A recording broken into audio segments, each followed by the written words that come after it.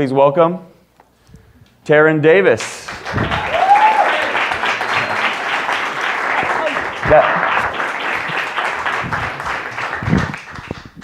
Hi. On May 21st, 2007, my life as I knew it ended. It really was just like any other day in the life of a military wife of a deployed service member. I heard the ding-ding of instant messenger and ran to my computer like Pavlov's dog to see my husband's face on the other side. A little background on my husband, Michael. I met him when I was 15 years old in marching band as a socially awkward clarinet player. And it made no sense to me why this 6'2", dark-haired, chiseled trombone player would even talk to me, let alone want to date me, and let alone in the end marry me. But he did, and he was just kind of the most amazing person. He was the kind of guy that if you went up to him and you said, "I want to walk on the moon," he wouldn't laugh at you, he wouldn't judge you, he would look at you sternly in the eyes and say, "Bring me back a rock." He was just the kind of person that believed in everybody, and because of that, made you believe in yourself. He loved Star Trek and would indulge me and watch Antique Roadshow with me, even though he hated it. And Shark Week was always one of the most exciting weeks ever. I think really the only way I can describe him is he's my soulmate. So on May 21st, after 8 months of deployment, you kind of talk about mundane things. We never talked about the missions that he was on over in Iraq. We didn't talk about his friends that were being injured. In this conversation, we were talking about a laptop computer that I wanted to buy, when very abruptly he said, "I have to go, babe." For me, that was kind of a signal that he was being called out on a mission, though he wouldn't say it and I wouldn't ask. And again, after 8 months, you kind of say, "I love you and I'm in love with you as many ways as you can." And I said that, I love you, baby, I'm in love with you. But for some reason this morning, I said, I hope you know that I love you more than life itself. And he typed back, "That's so sweet, baby. I'll try to get back on later tonight, but I might not be able to." And I'm really glad that I typed that, because an hour and a half later, he would be leading a convoy of vehicles down a route in Baghdad, Iraq, a route they had been down 100 times before, when they would stop over a canal to interrogate the area. When they did that, a man in a field put off 2 explosives next to their vehicle. Staff Sergeant Weaver, who was sitting next to my husband, got on the radio and said, "We're moving forward." As they did that, the man put off another 2,000 pounds of explosives directly underneath my husband's body, killing him along with 2 others. I wouldn't find out until about 10 and a half hours later. I was at my parents' house. My dad was out of town. I was getting my free dinner and watching the Heroes season finale. After it ended, I was putting our dogs on the leash. My mom was already asleep. The phone rang. My sister picked it up and handed it to me, saying it was my neighbor. I said, "What's going on, Danny? It's 10:30 at night." And he just said, "I need you to come home." I said, "Okay, why?" And he's like, I can't tell you." I was like, "Danny, just tell me." It really still hadn't clicked. I just talked to Michael that day. And he said, "There's some people here that need to talk to you, and you just need to get home as soon as you can." At that point, it was just my heart racing. I ran upstairs screaming for my mom, ran outside trying to call my father, got a hold of a military wife who later told me she couldn't understand anything that I was saying and thought that her dog had been hit by a car.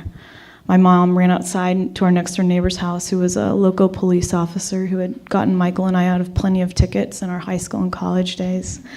Knocked on the door and just said, "Can you drive us to Taryn's house?" I knew it was a 10-minute drive, and the whole 10 minutes, all I could do was say over and over, "Dear Lord, let it be an injury. Dear Lord, let it be an injury." I knew that we would take exit 210. I knew that we'd have a U-turn, 1 right turn, and 1 left turn, and our house would be the 3rd on the left. So we took the U-turn. We took the right turn, and then I asked them to stop the car. And I looked down the street, and it was kind of like a movie scene, but instead of a spotlight, it was a street light. And instead of actors, it was 2 men wearing the same uniform that I had just married Michael in a year and a half before, standing next to an unmarked vehicle. And I stopped praying. I had them pull up. I stepped out, and it was kind of like a movie scene. You start thinking, like, what happened on Top Gun? What happened on that Lifetime movie I should have never watched? And I went and sat on the chair, and I remember seeing these two men walking up shaking profusely, and in my mind all I'm thinking is, I can't wait to tell Michael about these two service members who can't even compose themselves to notify this wife, because it still hadn't really clicked that I was that wife that they were notifying, and Michael was that soldier that was killed. But they notified me, and they kind of say, like, what you think, the Secretary of Defense regrets to inform you. And it's kind of a whirlwind after that. You're assigned a casualty officer. I had to pick out the urn. I had to make sure I wrote the obituary. I had to make sure I did the eulogy. And after the service, it became apparent to me that the world would keep turning, and people would go on with their lives, and for some cruel way and reason, I wouldn't die of a broken heart, and I would still inhale and exhale without Michael there. And I would like to say that it got easier with time, like the cliche, but 3 months later, I truly hit rock bottom. And I say rock bottom in the sense that I got to a point that it seemed like a better choice to be with my husband than to have to be in a world that disregarded my grief due to my young age, or disregarded my husband's sacrifice due to their political stances. And I didn't want to do that. But that same evening, I took a step back and thought of Michael and what he would want more than anything. And I know it would be the ability to stand here with me today, to fulfill the dreams that we had.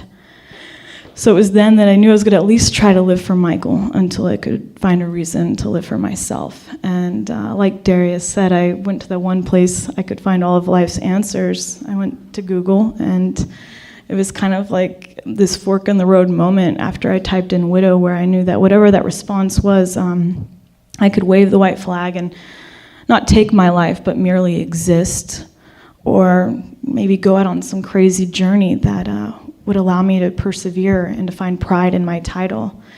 And so like he said, when it came back with widow, what would probably be a deterrent for most was the catalyst to me looking and doing the research. I know he said that there are American widows. The audience and the community that I'm with are obviously military widows. So I started looking in those statistics. I saw that the average age of a service member killed is 26, that 51% of those serving are married, that in the past 24 hours, a service member has lost his life in Iraq and Afghanistan, and also in the past 24 hours, a service member has taken his life due to post-traumatic stress disorder.